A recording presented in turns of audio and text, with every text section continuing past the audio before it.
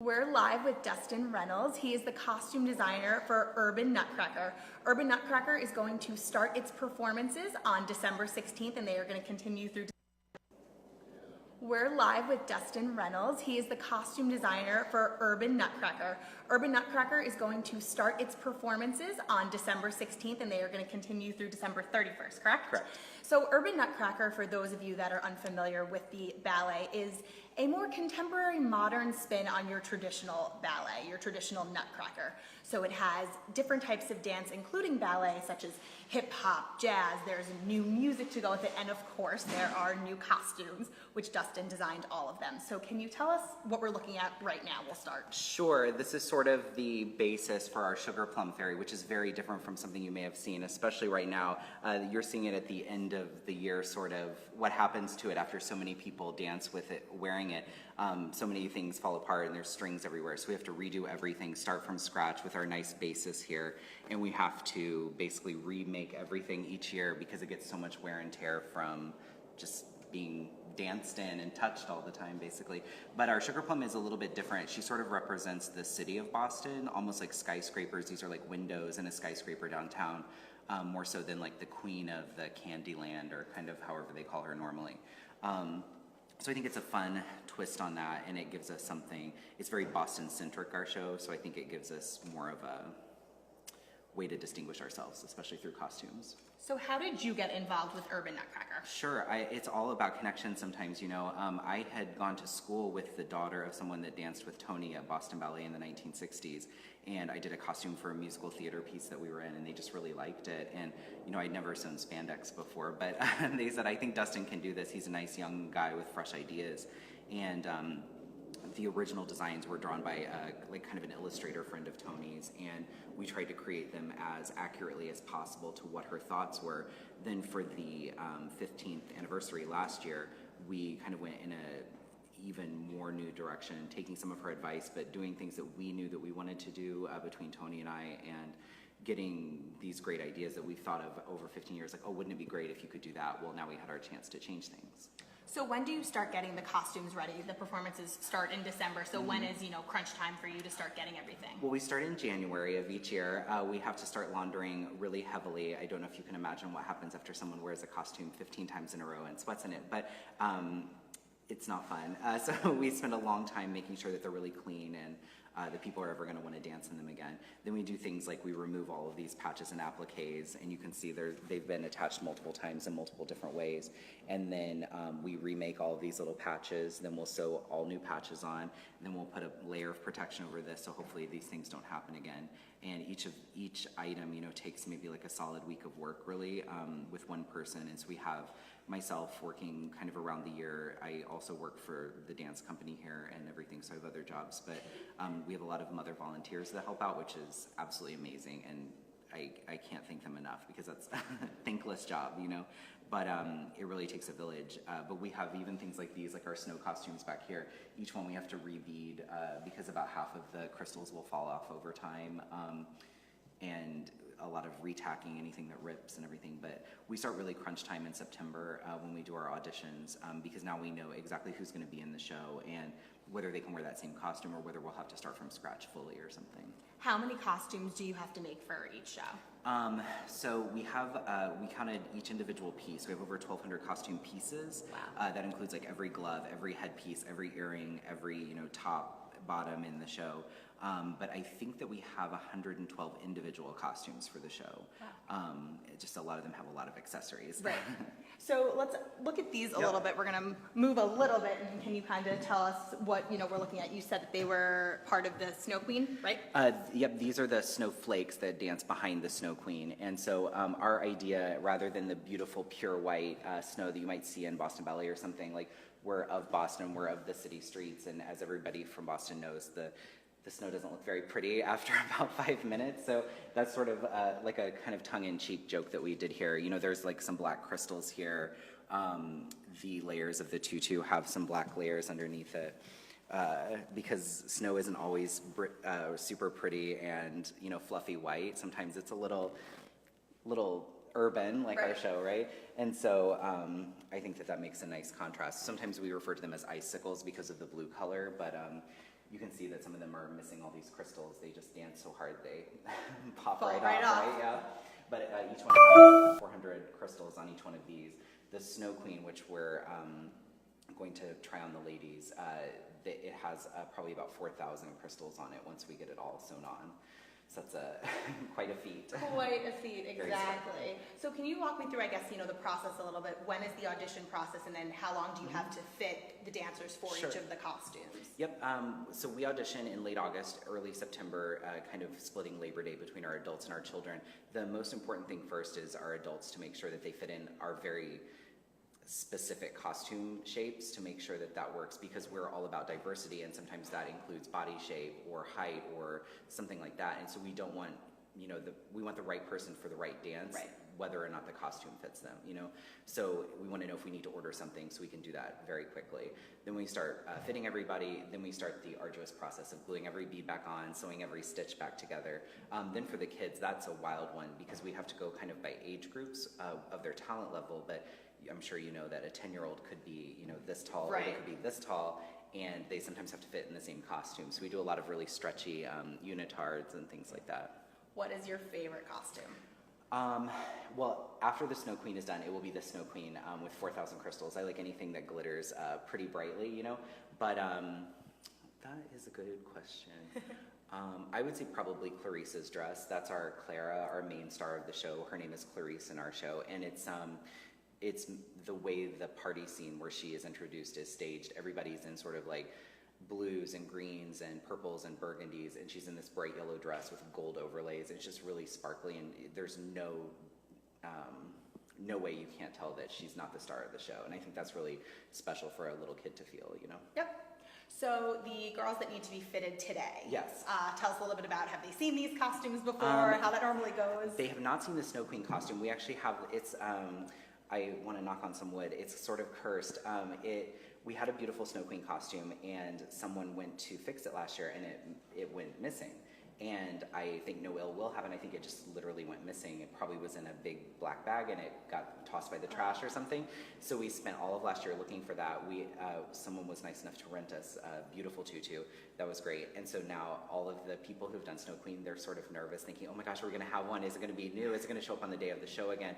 And we have this beautiful new costume. So they've not seen it. They've not seen it beaded. So I think they'll be really pleasantly surprised. We're going to actually tack the beading today. And then the Sugar Plum tutu, they've seen it last year, but they will not have seen it in the new, with all the new trimming and things like that. So we'll have to try it on to them a little bit ugly, but then it'll be so beautiful by opening once night. It's all done and put together and has all of its crystals on it and all of its patches. Great. Okay, so we want to bring in some people. Yeah, that sounds great. Awesome. So we're going to go grab them. So Dustin is going to go grab some of our principal dancers, and he's going to fit them, as he said, for their costumes, first time that they are seeing them. But for those of you that are just tuning in, and kind of, we'll give you a little bit of a recap. We are in Jamaica Plain. We are at the Tony Williams Dance Center, and this is home of the Urban Nutcracker. So Urban Nutcracker is a modern contemporary spin on your classic Nutcracker. So there's different forms of dance, not just your traditional ballet. There's hip hop, there's jazz, there's a new score to go along with it, and performances for the show start on December 16th and they run through the 31st. All of the information will be online on necn.com as well as on nbcboston.com, and we're going to put together a nice little piece for all of you guys with videos, photos, some interviews with Tony Williams and other dancers in the company. So there'll be a lot of information online if you're interested, as well as where to purchase tickets. And then while they grab them, we can kind of we'll show you guys a closer view of some of the costumes.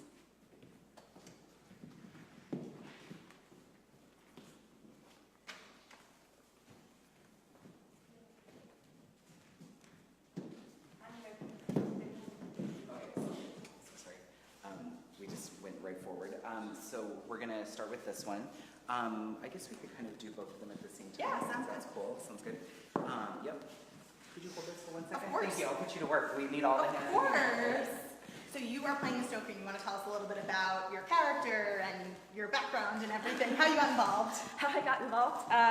Well, I just moved back to Boston and I actually did this show 10 years ago. So it was nice to come down and be able to step back into the Boston scene, and I'm really excited. I've never done Snow Queen before, and it's always been kind of a goal because the snow scene is One of the most one of the iconic, most, yes, yeah, of course. my favorite scene in the ballet. Can you tell us what is like a typical rehearsal day like for you? We take class in the morning to warm up, and then we go straight into the different scenes. So I'm personally doing about 6 roles this year, so I'm here from 10:30 in the morning to about 7 or 8 at night. Okay. So it's a long day, but we get a lot done. So can you tell us a little bit about, so where, you said 4,000 crystals, so where are they going to be? I'm going to bring them how's out. it actually It's going to be put amazing. together? Yep. So one of the first things we do is we put this on here. I just want to see that really quick. Yep. We want to make sure it sits really well. The next thing we're going to do is we're going to take all of these layers and we're going to smush them together like this by sewing all the way through it, so it's not quite so fluffy. Then what we'll do is we'll fit it to her, so everybody changes complete shape by the time the show starts. So we have to do it so skin tight that they can't breathe today, because they're going to start rehearsing almost every single day and sweating out so much water weight and everything, so that, sorry, I'm talking about this nice, lovely, tiny person right in front of her. It happens to everybody, and so we make it super tight so they can't breathe today, but by the time of the show it's going to be so baggy because they're little tiny beautiful dancers and everything fits everybody beautifully. So I'm just going to put her into it temporarily, and then we'll bring out these crystals. Great. And now you guys have said you have to hand sew on all of these crystals, correct? Yes. So these have already been sewn onto The ones up here that go with them? yeah. Yep. They've been sewn onto panels to get it prepared, because we have to clean it between almost every show. Right. So if we had to, oops, oh no, they're falling everywhere already. So otherwise we would have to cut off every single one of these crystals every night and then re-sew them on, and that would be a full-time job for about 20 people, So what we do is we put it onto these mesh little pieces, and we're going to give this to you. Thank you. We're just going to tack right onto her, basically. So we sort of sit this around and get it to the right shaping. Could you hold this with your left hand at the same time? Thank you.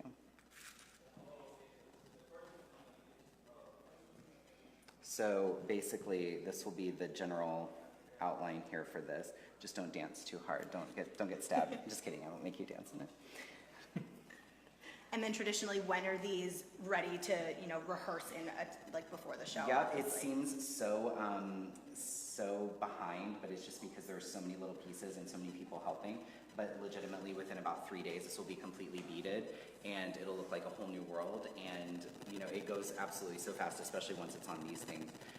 Basically, we just tack it into place to get it the exact fit over this, and we tuck all the little extra pieces. I'm going to bring over the parts for this too.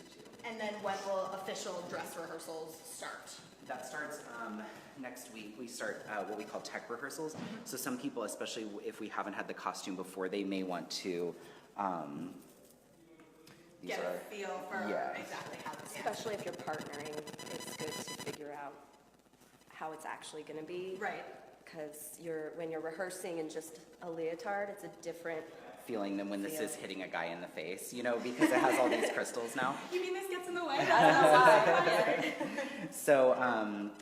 So we start with this, sometimes just the skirt especially, or sometimes the top. They want to see if they can stretch all their arms all the way up, all that kind of stuff. This one, you have a lot of arm movement, but you never know how bendy you might want to be. She's going to be turned upside down in sort of like a fish pose, basically, after she's jumped in the air and then caught, spun around, and then dropped down. So she wants to make sure that nothing's going to rip. Right, exactly. It's going to be high enough on her that she feels comfortable in it at all times. We do have little straps here, I guess. Those are being tucked, so we have extra security, Right. But so we do that for about a week, so they can play around anything that they're just not used to. They can try on their own at any time during any rehearsal. We have it available to all the dancers, and then starting on the 12th, Tuesday, so about 4 days out, is the first time everybody's in costume all at the same time. And that's when we see how they interact with each other, because sometimes this crystal might hit the Snow King's crystal, and they might become conjoined for a little while. And we have to see, is that going to be a problem? Do we have to do something to fix that? Right. But basically, this is step one. She'll have several of these all the way around her body. And they're just as heavy as they look. Lots of crystals, but they're made for power and speed when are spinning around. So And now this you put together yourself, so you... yeah, these are hand crystalled, well, by a team of people. So we all Right. kind of sit down. It's like a quilting bee. We just sit down, Sit down and you all start do it sewing together, crystals yeah. onto fabrics. We can watch TV, some Netflix while we get this done, right? And so these will actually go up a little higher, but starts to spread out to look like the idea of a snowflake. There'll be some in the Right. front, some in the back, Right. and then they're fully snow queened out. And I would say minimum 4,000 crystals. Wow. Yeah. And then they'll spread all the way around the tutu. Exactly, yeah, there's a couple more panels, so like this one, there'll be another one that sits here in the front, under all this that sprays out, so you kind of start to get that effect. We still have a little bit of crystalline to do, so. Right. Great. Takes a village, but yeah, this is amazing. Did you want to see the sugar plum one as well? Sure, we might as well. Sounds good. I'm gonna grab this, I'm gonna let you walk away and pretend to get out of that, that'll be great. And then whenever Miss Susha is ready, if I could borrow her. So this is the sugar plum one? This is the sugar plum one. So you can see this one is at the end of last year as well. That one's all brand new, so all the pieces are looking fresh and clean and everything. You'll notice that on this one, in this case, this looks like a Nutcracker prince may have accidentally ripped out the back of this. So we'll try this. So there's a lot of repair still left on this one. We want to get her in it first to make sure everything's going to fit. She hasn't actually, she's danced with us for how long, Miss Susha? 6 years. 6 years. She left for a year to become a beautiful little mother. So she hasn't actually tried on our new tutu that we got just last year. Have you danced this role before, or have you danced in other roles? I've danced this role in other roles as well. Okay. Miss Susha is actually our poster child in our old costume because we don't have a picture of her in this beautiful new costume. And we can see that she's actually already too tiny, so we're going to have to put some extra little parts on the top here. But I can start this bottom part. What has been like your favorite part about the urban Nutcracker and how it's different than your traditional one? Well, it's always been interesting to just like experience different type of dancing. So like you get to partner not with just like your traditional, for example, partner who is trained in classical ballet, but all of a sudden you are partnering with a person who has background in hip hop or contemporary or the tap, and then you have to like kind of accommodate to make them happy, to make you happy, and like make this all work. Right. Definitely. It's a nice fusion of styles, yeah. Exactly. So you were saying that some of these had some holes in them from wear and tear. So Exactly, how do you yeah. go about, repairing these without having to take apart the entire costume? So in this case, these are actually all in pretty good repair. These little window panes, as you can see, compared to how ugly the other ones were, they have this nice mesh overlay, which I don't think you would ever notice from stage. Right. But that helps protect it against the men's hands, because sometimes when they're trying to catch her, they'll slide or something, and so you don't want to get cut basically by all these little sequins, Yes. or the guys get very mad at me, and I don't want that, So we do these little things for protection, but it's something from like, several feet away, you would never notice that there was this huge piece of mesh on top, right? Right. But those are the things we have to repair most frequently. This is all just tacked on here, so this will come off. We'll do that thing where I mentioned we smush it back together so it all looks really nice and tidy. We do a light ironing, Right. then we actually spray it with sugar and hairspray. Sugar, like sugar that goes in your coffee yeah, sugar? Yeah, mixed with a little bit of water. We turn it upside down and we spray it with sugar, and it actually crystallizes it, and that's what keeps the mesh really, really tight and taut. We sew it together. We may put a hoop in this one this year because, as you can see, it's very fluffy. Right. Sometimes it'll be very, very stiff. We don't want to hit the guy in the face, but we also don't want her to look like a floppy ballerina, right? Yes. Somewhere in between is a nice... A nice happy medium. Exactly. So we're going to try this top on just to make sure we're going to get this fit. Some people, we have a fancy, as you can see, this is one of the secrets of ballet you would never see from the audience, but Right. there's like general corset fits, which fit some ladies because they like to be able to breathe. We could try that too with an elastic. But some people like all of these little The clips and traditional, everything, which would be like a bra clip or something. And you can see that multiple people wear it who are multiple sizes. Some Right. people have a wide, torso or something, and so everybody fits into this tiny little costume somehow magically. It's Yes. like sisterhood of the traveling tutus, right? I'm going to go over your head. Yep. Oh, it's upside down. That won't fit.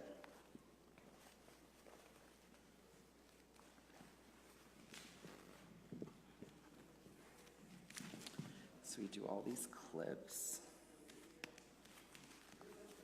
So our goal is always to, I'm actually going to sit down while I do this so I have a little traction. Sorry to move you around, Miss Susha. Thank you. The goal is to always match up with someone else who has already worn this before. Right. So that our costumers don't have to do a bunch of extra clips. But sometimes that's not possible. It looks like she's very close to this older size. Can you breathe at all? Nope, it's pretty tight, okay. I'll take this one off for now.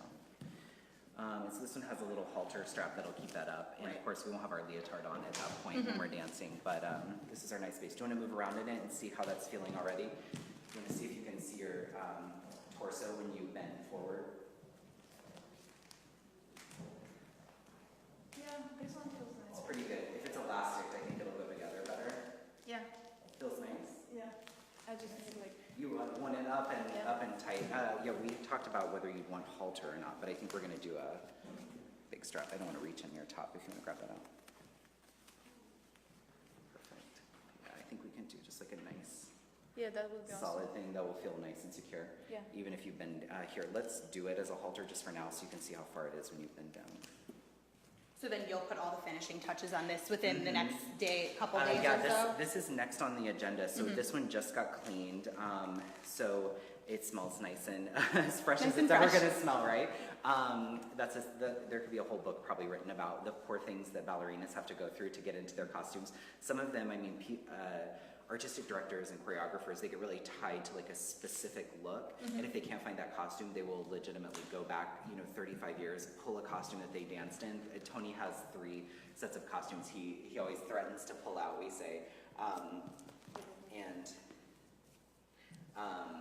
I think that's really funny. So Yeah. sometimes they may be in this dusty old costume and they hope that it stays together while they're dancing, but it may be the exact look that this person's Right, looking exactly. for. Or in this case, you see kind of all of these little rips and tears, but once you're on stage, you'll never notice Of like course. one tiny little bead. And also, like you said, you can continue to put it together, fix Exactly, it, and yeah. make alterations on it, right? It's a really pretty color, right? Yes. It's nice. You love it? Good. You're gonna dye your hair platinum blonde to go with it? No? You're good? You're all set. All right, I'll get you out of this so you can go attend to your lovely little child. So for those of you that are just tuning in, we are in Jamaica Plain in Boston. We are at the Tony Williams Dance Center where they are preparing for Urban Nutcracker. We just spoke with Dustin and we went through a bunch of the costumes that they have. The Snow Queen, we can see the snow fairies behind us. We are going to continue to have some coverage on NECN.com, NBCBoston.com, as well as videos, photos. You can check all of it out if you're interested in seeing Urban Nutcracker. The first show is December 16th. And we'll run through the 31st. Ticket information will also be on our site. But for now, we are live in Boston. I'm Caitlin Fichtel.